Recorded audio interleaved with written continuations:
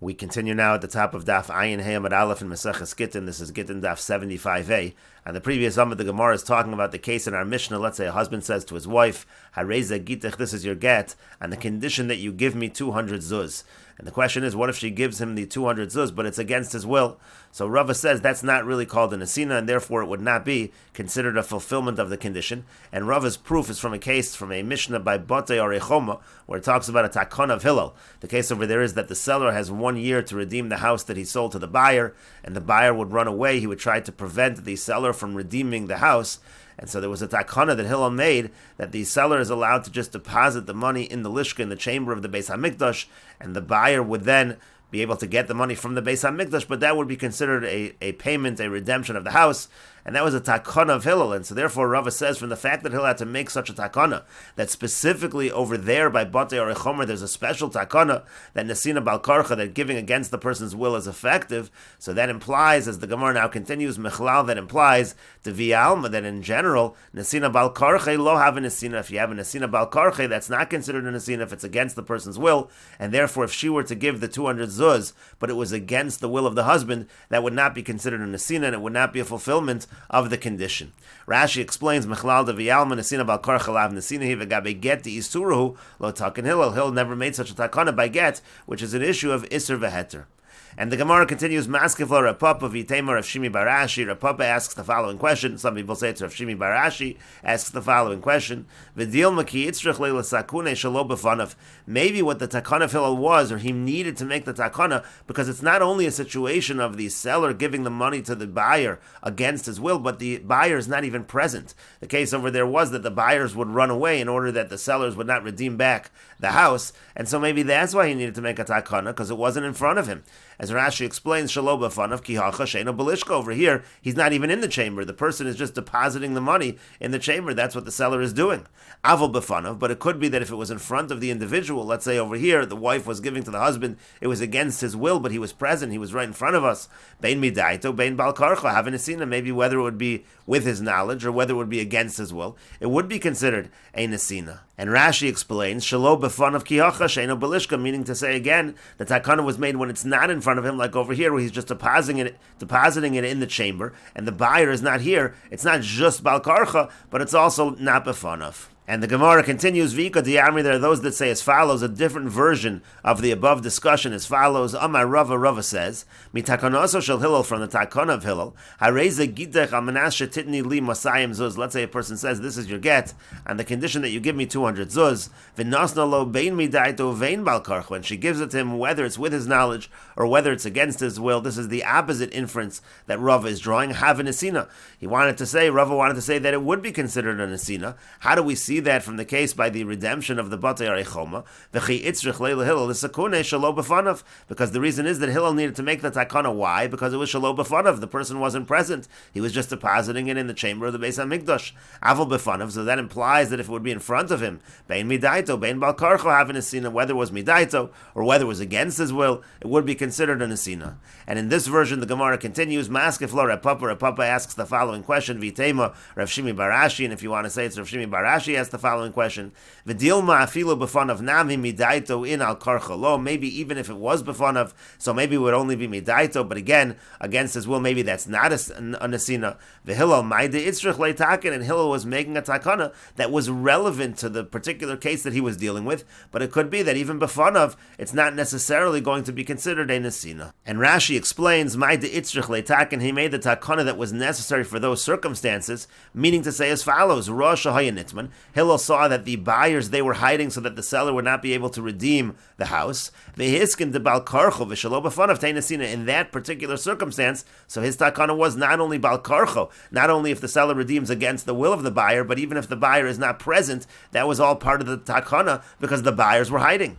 V'avinami koi kaman, and according to this approach, let's say that wasn't the circumstance. Let's say the buyer wasn't hiding; he was in front of us. V'amar lo mekabilna, but he was just refusing to accept the money. So then have itzrich Hitzrich l'Hillel nami l'skune, that's to have a nesina. Hillel would have to make the same takana. He would have to make a takana that nesina bal karcha is considered a nesina. Elamash lo hitzrich lo hitzrich, but that which wasn't necessary. He made the takana according to the circumstances of the time. And the point is, according to that, v'gabe get. So according to that approach by get, the isura, which is a situation of isur v'heter, the isura hu lo kaima takanta de Hillel. So in such a situation like by get, where it's isur v'heter, so there was no takana of Hillel, and therefore again, according to this approach, Rav Papa and Rav Shimi bar Ashi are therefore asking that nesina bal karcha would not be considered a nesina when it comes to get. And the Gemara continues, Amar Rabba bar bar Chana, Amar Rav Yochanan, Rabba bar bar Chana says that Rav Yochanan says, Kol mokom sheshona Rav Shimon ben Gamliel b'mishnasenu.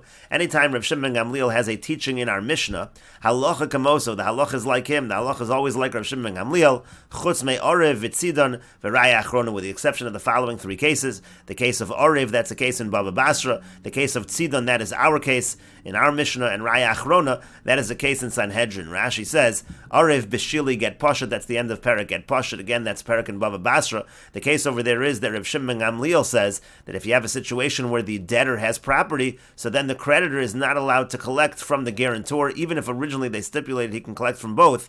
But according to Rav Shimon ben Gamliel, again, if the debtor has property, you have to collect from the debtor. Tzidon de Masnis, in the case of Tzidon, the incident in Tzidon, that's the case in our Mishnah, where Rav Shimon ben Gamliel says, let's say you have a situation where the condition of the divorce was she has to return the coat of the husband, and the coat of the husband is lost, she's allowed to give the value according to Rav Shimon ben Gamliel.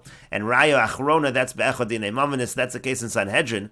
Defligi B'yamru lo kol rayos sheyesh lach lahavi havi at shloshim. They have an argument over there in two cases. The first case is, let's say they say to him, any raya that you have to bring within 30 days. V'lo hevi ad lachar shloshim. He doesn't bring the raya until after 30 days. And then there's a second case, uva amru lo have raya. They tell him to bring a proof. V'amar ainli raya. He says, I have no proofs. So b'kamaisa hilchasa kavase. So over there, in the first case, Rav Shimon Gamliel in both cases argues that the person should be allowed to bring the evidence. In the first case, the halacha is like Rav Shimon Gamliel, but in the latter case where the person says, I have no evidence, and then he brings evidence anyway, so there Rav Shimon Gamliel says he could bring the evidence, but less hilchasa kavase. The halacha is not like him, the halacha is not like Rav Shimon ben Gamliel. And the Gemara continues, Tanu Rabbanan, the rabbis taught, Hareze gitech v'haniyor shali. Let's say a person says to his wife, the husband says to his wife, this is your get, but the paper belongs to me. Eina megureshes, she's not divorced, that's not considered effective. Al minaz shetachziri li asaniyar, but if the way he phrases it is, he says that this is your get on the condition that you return to me the parchment, megureshes, so in that situation, she would be divorced. And the Gemara says, Ma'ishna Reisho, Ma'ishna Seifa. What's the difference between the first case of the Tosefta and the latter case of the Tosefta? Why is it that if he says, Haniyor Shali, it's not a divorce, but if he says, on the condition that you return to me the paper, it is a divorce? And Rashi explains, Haniyor Shali, in the case of Haniyor Shali, Lo Yoev V'lo Midi, he gave her nothing. V'rachman Amar V'nasan Biyada, the Torah says that when it comes to a divorce, the document has to be given over, he has to give it over to her hands. When he says, Haniyor Shali, that's why she's not divorced. And then the Gemara asked, Ma'ishna Reisha Kasalka Daite. The idea of the question over here is, what's the difference between the Reisha and the Seifa? Because right now we think Al Minas Lav Me'achshavu. Right now we think when he says Al Minas Shetachziri Lias Anayor, on the condition that you return to me the parchment, that does not mean that she's divorced right now. It's not a situation of a condition and retroactively she's divorced. Kirabbanan de Pligi Oleh de Rebbe. Right now we think we're following the Rabbanan who argue on Rebbe. Vahavik Kimo. So therefore right now we think what it means is Lekeshetachziri Li Hanayor Lahaviget. When you return the parchment to me, that's when it will be a divorce. Now that doesn't make sense because then she's not even holding it. If so, why is she divorced? At the time of the gerushin, she's not holding anything. So that's really the question of the Gemara. When the Gemara says Ma'ishna Reishu Ma'ishna Seifa, what the Gemara is really asking is if the condition is Al Manasha Tachzir Lias Aniyar, and the divorce only happens at that point in time when she doesn't have the niyar. So why is it that it says Megureshes? And the Gemara answers, Amar Rav Chisda says, Hamani Rav Shimon Gamliel he. Who is the author of this halach over here? It's Rav Shimon Gamliel. The Amar Tidin Lois Dameh, who says by the case of the coat, when she doesn't have the coat, she can return the value of the coat.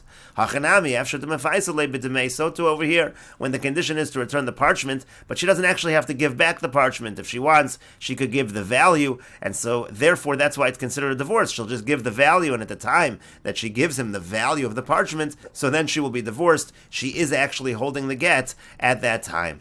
But the Gemara continues, Maskif lo Abaya. Abaya asks the following question on Rav Chisda's approach. Amor de Omer Rav Shimon ben Gamliel hechad delese be'ene. We can say that Rav Shimon ben Gamliel said that in a situation by the coat, let's say, where the coat, she doesn't have it anymore, so she's allowed to use the value of the coat. But hechad de'ise be'ene, but let's say you have a situation where it is right here in front of us. She actually has the get, and the condition was to return the get. Mi Omer, would he say that she's allowed to just give the value? Of course he wouldn't say that. So you can't explain this brisa by saying it follows Rav Shimon ben Gamliel of our Mishnah. Elamar Abaya, so the Gemara says, rather Abaya says, Hamani Rabbi Meiri. Really, this brisa is following the opinion of Rabbi Meir, the Omar Bo'inon Tanai Kafel, who says that in general, for a condition to be effective, you need to say the Tanai in a double language. You need to say both sides. If you do this, then this, and if you don't do this, then that. V'hacha halokafli l'tanai, and over here there was not a Tanai Kafel. It wasn't a condition with a double language, and therefore the whole condition wasn't effective. It's as if he said, Hareza Gittin, this is your get. Then he made a condition that was not effective at all, so there is no condition, and so therefore it's going to be a kosher get. And the Gemara continues, Maskif lo Rava. Rava asks on this approach of Abaya, time of the lokafle l'tanai. If you're giving that explanation, so it sounds like the reason why it's not a good condition is because it's not a tanai kafel. Hakafle l'tanai lo have a gita, but if it was a tanai kafel, so then it would not be a good get because we would say the condition is good and it's impossible to fulfill the condition because she can't give back the get and at that time when she has no get, be divorced. But Rava says, Michli, let us see. Called Tanai Mehecha Gamrina. Where do we learn conditions from?